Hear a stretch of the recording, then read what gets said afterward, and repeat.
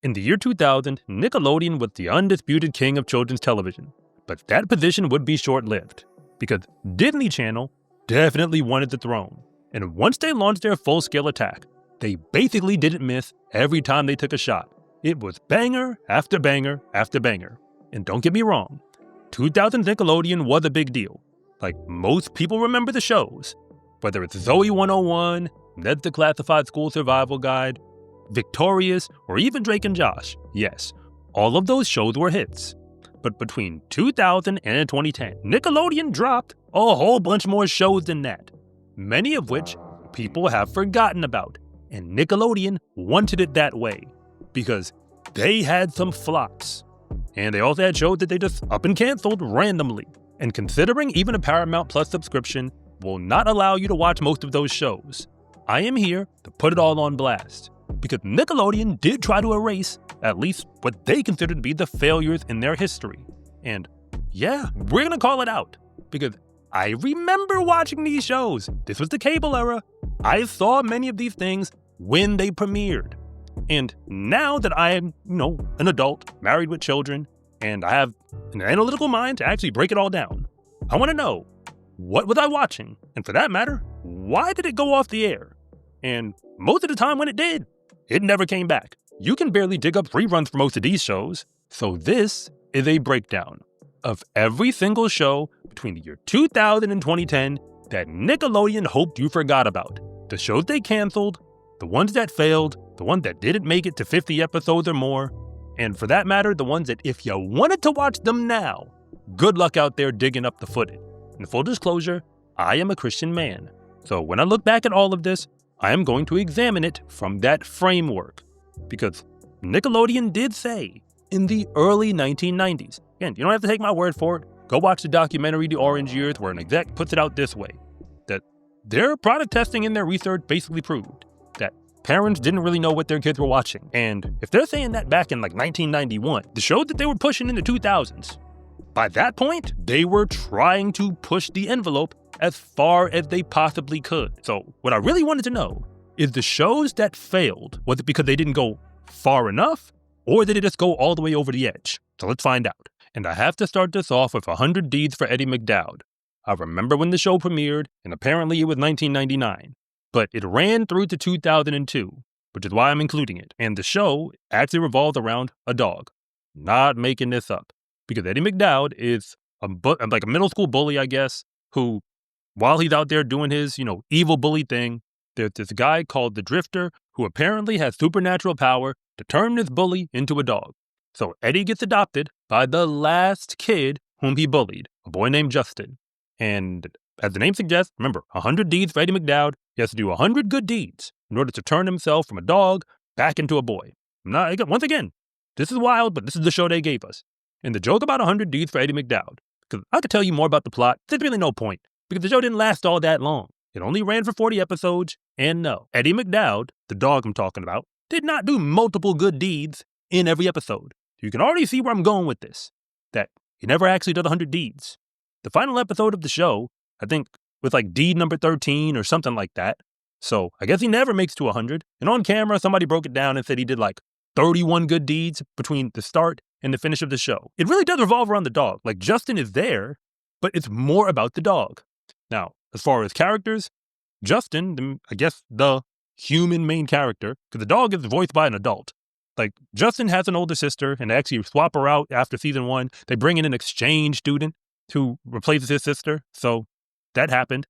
And he also has a close friend who is played by Brenda Song, and this is before her, I guess, her Disney stint, before we see her on Sweet Life of Zack and Cody and so on and so forth. So, yeah, Brenda Song on Nickelodeon, that happened as well. But no, Eddie Mcdowd is not a show that people go back to, because it's insanely hard to actually dig up the footage. I mean, don't get me wrong, if you really want to find episodes, you can find them online if you search for them.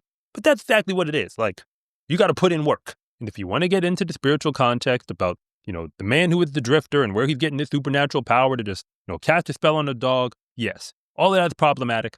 But they were hoping that the concept of a talking dog, I mean, for the record, only Justin, like his owner, the boy who was bullying, only he can talk to him. Like, other than that, he can't talk to, like, actual people. But still, I think the talking dog bit is what they thought was going to sell. I feel like this show was one of those problems of like bad timing. Maybe 5 years before, Eddie Mcdowd would have hit. But in 2000, for where we were headed, like where the culture was going, and I guess children's television, it just didn't work. But if you're new here, I want to say thank you for even making it this far into the video. I'm Ezra2K. If you really want to know the hidden messages behind nostalgic TV, then you are in the right place. And if anything that I say actually connects with you, it is always greatly appreciated if you would please like and subscribe. But if I don't, just let me know in the comment section, because I try to read them all. But in the year 2000, the Brothers Garcia aired for the first time on Nickelodeon. And that one ran all the way through to 2004 and did 52 episodes, which is basically a full show run on Nickelodeon. So why do I call it a failure? Because it's insanely hard to ever dig up footage on this show if you wanted to. And trust me, I tried. I would be willing to buy a DVD if I could, with the footage of the main episodes. And I couldn't do it. It's almost like Nickelodeon didn't want us to know it ever happened. So let's talk about what the show actually is. Because the Brothers Garcia is about a Hispanic family where I guess the main character would be Larry, but they have 4 children. So Larry has a fraternal twin sister named Lorena. He has an older brother named Carlos and one named George. And they live together with their parents. And we do see the parents on screen actually parenting. This is not a Nickelodeon show, technically. It was made by a separate company, and they sold the rights to air it to Nickelodeon. This is basically family television. And when I say that, I mean Boy Meets World. Like, if you ever seen that show in the 90s, that is family television. This is back in the era when they still made television programs with the assumption that kids and their parents would watch it together. So think about how you can't run all the way off the deep end if parents are in the room, because you're considering what they might actually want their kids to learn. And The Brothers Garcia is a show that I enjoyed. I mean, from start to finish, I mean, I can't go back and watch it hardly, but I do remember enjoying it when it was out, but then it was gone. And we basically never got reruns. And if you wanted to find it now, good luck out there. Apparently there was a reboot in 2022, which didn't last long. It did like 10 episodes on HBO Max. So that happened. But The Brothers Garcia was a family show where you actually had, 2 parents on screen, disciplining their children from time to time, trying to shepherd them through the world. I mean, the plots were pretty believable, real things that kids might go through, again, with parental guidance. And the family even prayed together. Almost every episode ended with some form of a family meal. And I even remember the statement they would say, kind of like a tagline with the narrator, "Todo para la familia, everything for the family." And they even did kind of like Everybody Hates Chris, this notion of an older Larry, because Larry's the main character, narrating different moments in the show about his childhood. Again, same thing they did with Everybody Hates Chris with Chris Rock.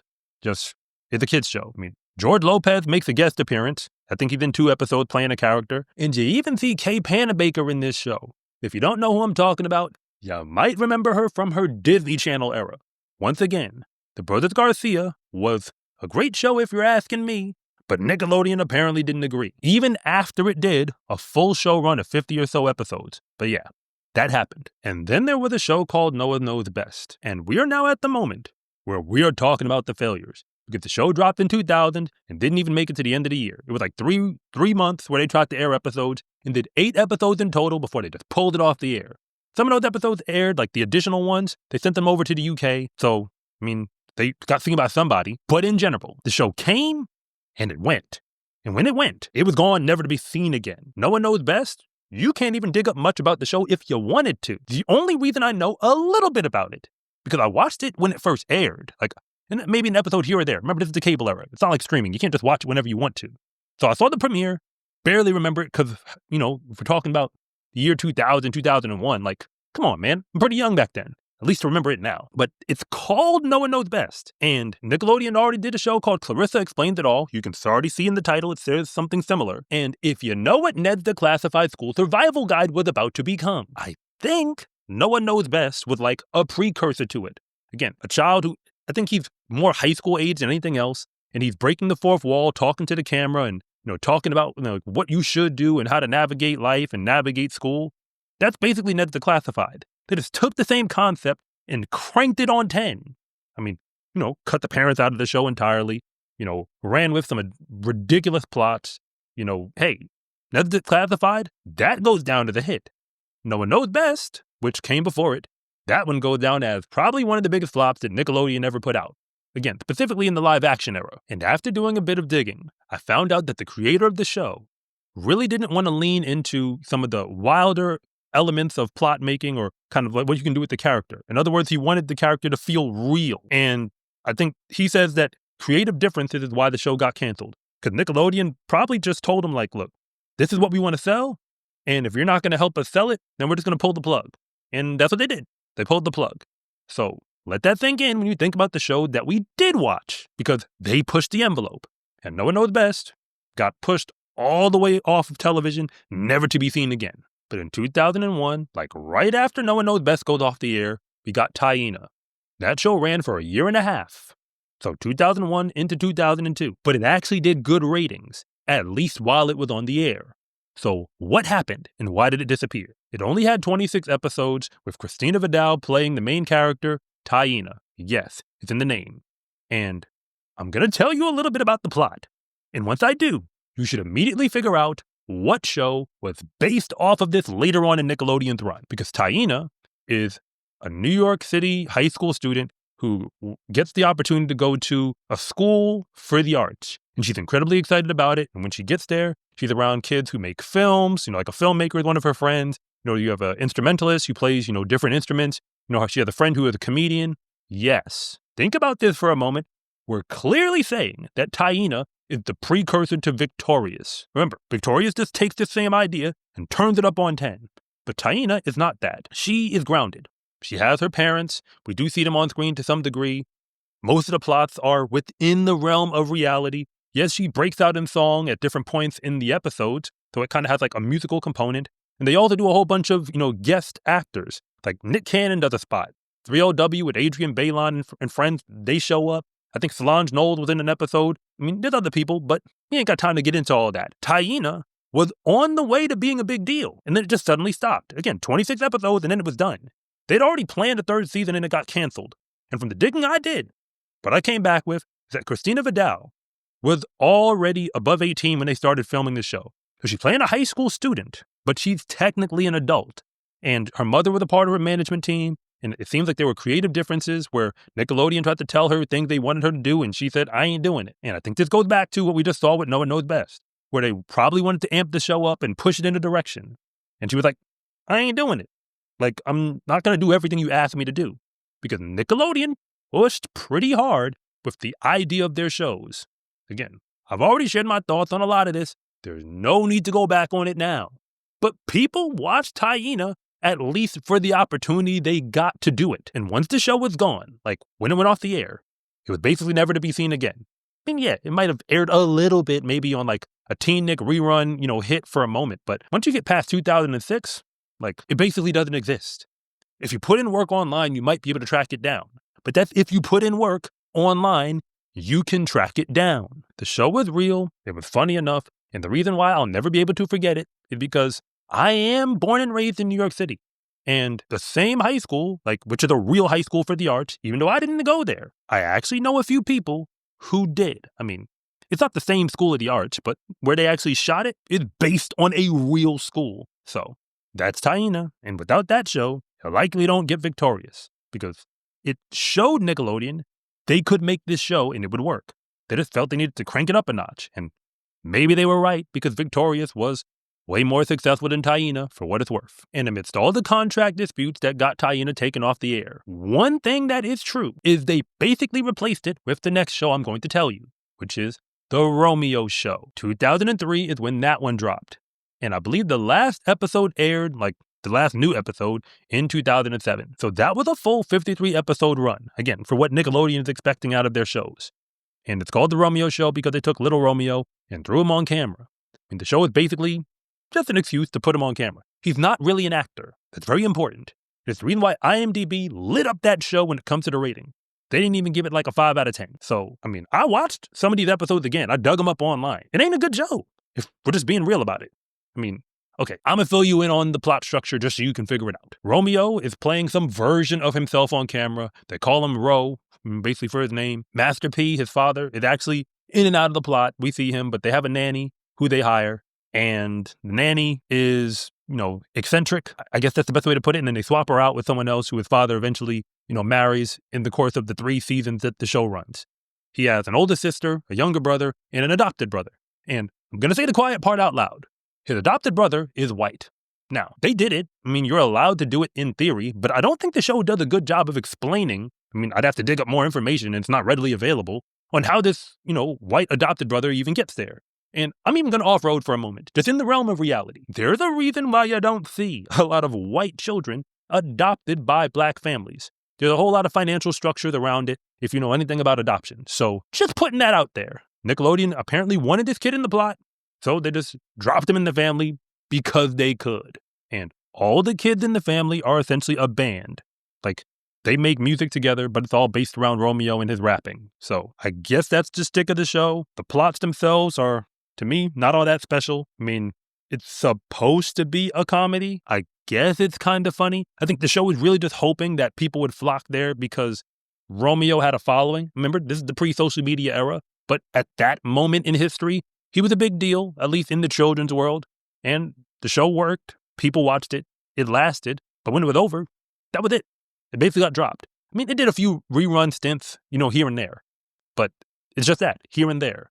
As far as Paramount Plus is concerned or anything like that, good luck out there really trying to watch the Romeo Show in any serious fashion. Nobody looks back on it like that. It's a thing that happened. But when it was over, people were done with it. And like I said before, IMDb has their opinions on why, because they don't think it was all that good. But I'm inclined to say they didn't get this one wrong. But in 2004, the same day that Ned's Declassified School Survival Guide dropped its first episode, Nickelodeon also gave us Unfabulous. I've also covered this show in another video, so I'm not necessarily calling it a failure, but it only did about 40 episodes on its show run, so it ran for about 3 years, the same time as Ned's. It's just that it didn't have anywhere near as many episodes for people to watch, and I don't think that Addie Singer, the main character, stands out that much to people, in their minds. Now, I'm not going to waste a whole lot of time on this show and how it's set up. I've already broken that down, and, there's no reason to go back on it now, like I said. But Unfabulous, it was still some version of a family show where you have Addie Singer, her brother. I mean, she has her friends. We don't really see their parents on camera. But you have Addie's parents, and we do see them engaging with her and kind of working through different things in the plot. So I think the show itself, because we've seen a theme already, that the shows that are basically hitting are the ones that push the envelope. Either you get rid of parents entirely, like a Zoe 101 or a Ned's Declassified, to get them out of the plot and just do a bunch of crazy things with the kids. Or you had shows that got canceled, some of which because you tried to push the envelope more, but the writers or the main actors just said, we ain't doing it. So when you get to Unfabulous, you kind of got stuck in that middle zone. But the show was relatable, and I think it was pretty decent, and it wasn't a all-out failure. But the lack of episodes that were produced is all the evidence that we need that something didn't go the way it was supposed to. Because that was not supposed to happen, especially when you're spending money to go out there and make money. Of course, Addie's character is a little bit boy crazy, and most of the other characters in the plot are a little bit more on the extreme side. But they just keep it reined in, within the realm of reality where if you are a kid who's living your life, it felt kind of within the realm of what you might actually deal with. Again, compare that to Pacific Coast Academy. I mean, I watched Zoe 101, basically from start to finish. But if you go back and watch it as an adult, you start to realize this is actually kind of ridiculous. You don't think it when you're watching it, then forget about Ned's Declassified. That thing was totally off the chain. It just is what it is. Totally outside of the realm of reality, even though they're trying to help you survive school. But there's no need to spend more time on this, because this show technically wasn't a failure. But the next one I'm about to give you was. Because in 2006, Nickelodeon gave us Just for Kicks. It did 13 episodes. And after that, it was gone. Basically never to be seen again. It's so insanely hard to even dig up information on this show. The only reason I remembered it initially is because I saw it when it dropped. Because I liked sports and played them when I was coming through high school. So at this point, Just for Kicks is a show about a girls' soccer team based in New York City, and they actually shot it in New York City. And I know that to be true, not just because of the camera work. There was a girl who I went to middle school with who actually tried out to get on the show. Now, she didn't get the part, but that happened. But I can basically sum up why Just for Kicks did not have a lot of success. Right now, as somebody who remembers watching the show live when it dropped, I couldn't tell you the name of any of the characters. No shade, I'm just being honest with you. I mean, okay, I could Google it and I could tell you who these characters were, But I think the show doesn't really focus on any one of them because they're trying to profile a group of friends who play for this team. And you just don't have enough time in a 22-minute episode to take us anywhere. Like, every show that I've mentioned, every single one up until now, is anchored around someone. At least we know who we're watching. The show may not have been that successful, like a Noah Knows Best, but at least they knew that we were focusing on Noah. Just for kicks, I don't know who I'm watching. And I think that was maybe the disconnect. I mean, girls playing soccer, I'm sure that they could have made a show around that was relatable. And they could have did some things with the plot. But the show was not intended or wasn't trying to be incredibly wild in terms of, the videography, the plot structures. Like, everything is within the realm of something that could actually happen in the real world. I mean, people do play on, travel soccer teams. It was boring. From what I can tell, it was boring. And the lack of interest online, like, people ain't even putting much work into talking about the show itself. I think that's all the evidence that you need. Like, it happened, but nobody really remembers that it did. But I do, and now you know too. Just for Kicks was a thing, even if it was incredibly brief. And if you put in work online, you can actually find some of those episodes and dig them up to watch them. But after all of that, Nickelodeon gave us Just Jordan in 2007. It ran for 2 years and did 29 episodes, with little JJ as the main character. So clearly, Nickelodeon learned their lesson. They put one person in the center. Now, little JJ coming on to Nickelodeon, he was a kid comedian. He was gaining a lot of attention. Remember, this is the pre-social media era, so it's a little bit different. But I kind of felt when he dropped, like when he came to the network, that he was almost replacing the Romeo Show. But this was a different program because Jordan moves to a new city. He's staying with his grandfather, his mother, his sister, his cousin. He has 2 friends, Tony and Joaquin, and they also build into the plot that there's always a love interest. In the first season, it's Tamika, and then that actress, I guess she wanted to leave, so they write her out. And then a new girl moves into town, and her name is Autumn. And they basically just swap it out. It's pretty clear that whatever they were going to do with Tamika, they just flip it over to Autumn, like make a new structure around it to kind of get her in the plot. But that's who Jordan wants to be with. So he's pursuing one girl, and he's pursuing another, and a whole bunch of other stuff is happening in the context of the plot. Now, the show doesn't actually get too reckless with what it's doing. I mean, yes, you have a single mother, but the grandfather is a strong force, so he's providing some form of parenting, like in what the show is. If you've ever seen The Famous Jet Jack, it's a similar structure. Emphasis on similar, at least from the parenting, because there you have a father with a great-grandmother, and that's kind of the parenting dynamic. But little JJ is a comedian, so the show just kind of leaned into that. They figured that as long as he's cracking jokes and kind of spitballing his way through the script, they'll be fine. And I enjoyed the show for what it was. But for whatever the reason, it didn't survive. It went off the air almost as quickly as it came. I mean, 29 episodes was, like, it happened. It's just not long enough for them to kind of bring it back. So good luck out there if you want to dig up any real episodes of Just Jordan, because I've tried. It ain't all that easy. The truth about Nickelodeon in the 2000s is that when it comes to live action shows, like sitcoms, they tried and they tried and they tried. And they did have some hits. The shows that we remember, the ones that we continue to see, and even Paramount Plus will push out. But those are just the ones that we remember. There's a whole bunch more that basically disappeared. Some of them were successful for the time that they were on, and then faded pretty far to the background. Then you have those that never really made it off the starting line. I mean, 13 episodes, 8 episodes, 26, 29. Like, that is a failure in the television business if you know anything about how it's set up. And some of what actually held those shows back was Nickelodeon kind of battling with itself because they thought they had the formula of what was going to work. Things like All That, Kenan and Kel, The Amanda Show, things that were, over-the-top comedy, things that were even a little bit uncomfortable for the actors when you asked them to do it, but it was supposed to sell as funny. And it was selling. It was selling pretty well. It sold in the 90s, it sold into the 2000s, and even deeper through the 2000s with the shows we remember. And whenever they got pushback, whether it's from the writers or the actors, they generally just pulled the plug and moved their energy elsewhere because they had it like that. It's almost like Nickelodeon had an embarrassment of riches because they had all the attention on them riding into the year 2000, and I don't think they thought that it was going to change. Disney had their live action shows, but they also had the Disney Channel original movies. It had a very different feel to their network. So when they show up as a new entity, especially when they hit cable packages, I mean, Nickelodeon knew they were a threat, but the way that they took over, It's just, like I said before, they really didn't miss for the most part whenever they made a new show.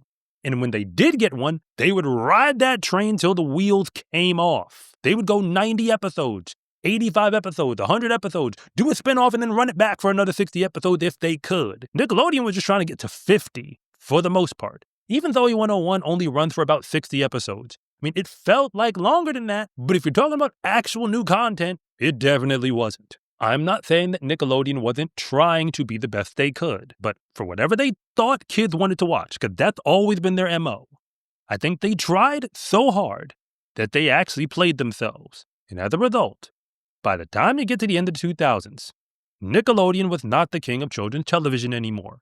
And all of these failures and the off-camera reasons as to why they failed is the real reason why. If you actually made it all the way to the end of this video, I do have to admit that thank you doesn't do it justice anymore, because you are a real one. And if you want more from me beyond this, just realize there ain't no shame in my game. This is a new channel, so it is always greatly appreciated if you would please like and subscribe.